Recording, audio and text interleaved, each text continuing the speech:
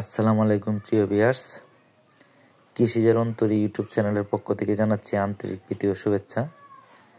তো আজকে যে বিষয়টা নিয়ে আলোচনা করব সেটা হলো কে খামারি আর কে ব্যাপারী সেটা চেনার উপায় কি। আসলে খামারিদের বৈশিষ্ট্য কি হয়, কি আসল বিষয় একটু যে তথ্য দেওয়ার চেষ্টা করব। দয়া করে সবাই সবটুকু ভিডিও ভালোভাবে দেখবেন, আর যদি একটা ভালো লাগে তাহলে একটা লাইক কমেন্ট শেয়ার করে দিন। তো বলি, খামারিদের বৈশিষ্ট্য কি। আসলে প্রত্যেকটা খামারের একটা টার্গেট থাকে যে প্রথম অবস্থায় বা আস্তে আস্তে খামারটা বড় করবো। যারা পুরাতন খামার তাদের একটা টার্গেট আছে যে আমি বছরে মিনিমাম সর্বোচ্চ আমি 30টা মা ভেড়া বা 40টা মা ভেড়া পালন করব। আসলে যদি আপনিও খামারি হন, আপনারও একটা টার্গেট আছে যে আমি 30টা বা 40টা বা 50টা গারল বা ভেড়া পালবো। তো আসলে খামারিদের এরকমই টার্গেট থাকে যে আমি 30টা মা ভেড়া পালবো, আর 30টা মা ভেড়া থেকে যে বাচ্চাগুলো আসবে সেই বাচ্চাগুলো হয়তো আমি কেউ হয়তো 4 মাসে, কেউ 6 মাসে, কেউ 8 মাসে এরকমভাবে বিক্রি করে। কেউ হয়তো টাকার দরকার লাগলে 2-4টা মা ভেড়া বিক্রি করে। কিন্তু খামারিরা কখনো অ্যাভেলেবেল গারল বা ভেড়া বিক্রি করে না। তো আসলে যারা খামারি আছে তাদের কাছ থেকে আপনি সবসময় পাইবেন এগুলো বাচ্চা, আর যারা ব্যাপারী তাদের কাছ থেকে আপনি সব পাওয়া যাবেন। বিশেষ করে একটা মা তৈরি করতে জানেন কি পরিমাণ কষ্ট হয়। এই দেখতেছেন আমার 3টা বেড়া, 3টা বেড়ায় দেশি, 3টা বেড়ায় গাভিন, আলহামদুলিল্লাহ। আচ্ছা, একটা খামারি যখন এই বেড়াগুলো যাবেন কিনতে, এই খামারি কখনো বিক্রি করবে না।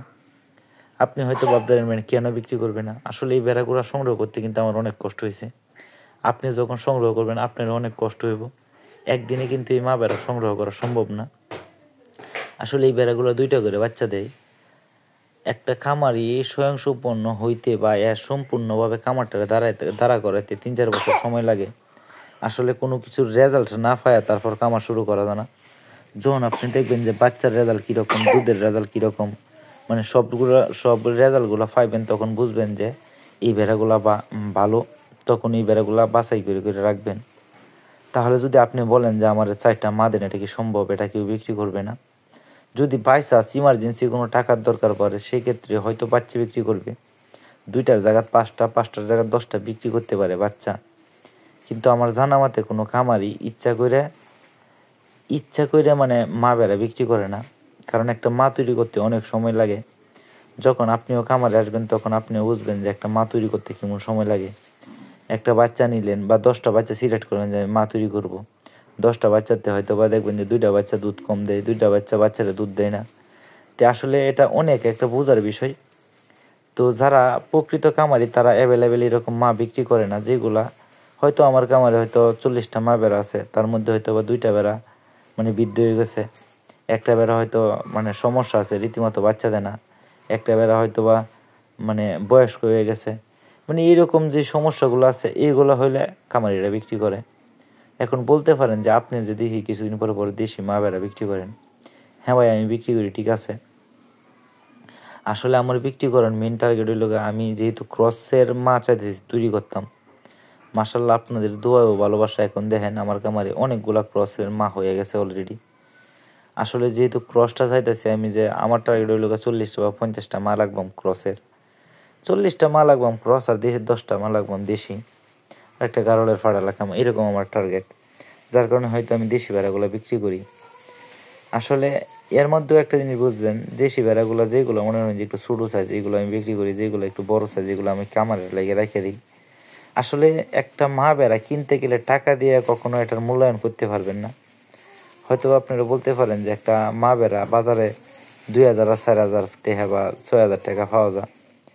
কিন্তু যারা খামারির কাছে, যারা প্রকৃত খামারি, তাদের কাছ থেকে একটা ভালো মা ভেড়া যদি কিনতে যান, তারা বিক্রি করবো না, আপনি টাকা কীভাবে দিবেন? দেখেন আমার কাছে যে মা ভেড়াগুলো আছে এগুলো হাউসফুল গাভিন। হয়তো বা অনেকে বলে দেশি মা ভেড়া হয়তো 7 থেকে 8,000 টাকার মধ্যে আপনি পাওয়া যাবেন, 7,000 টাকার মধ্যে পাওয়া যাবেন।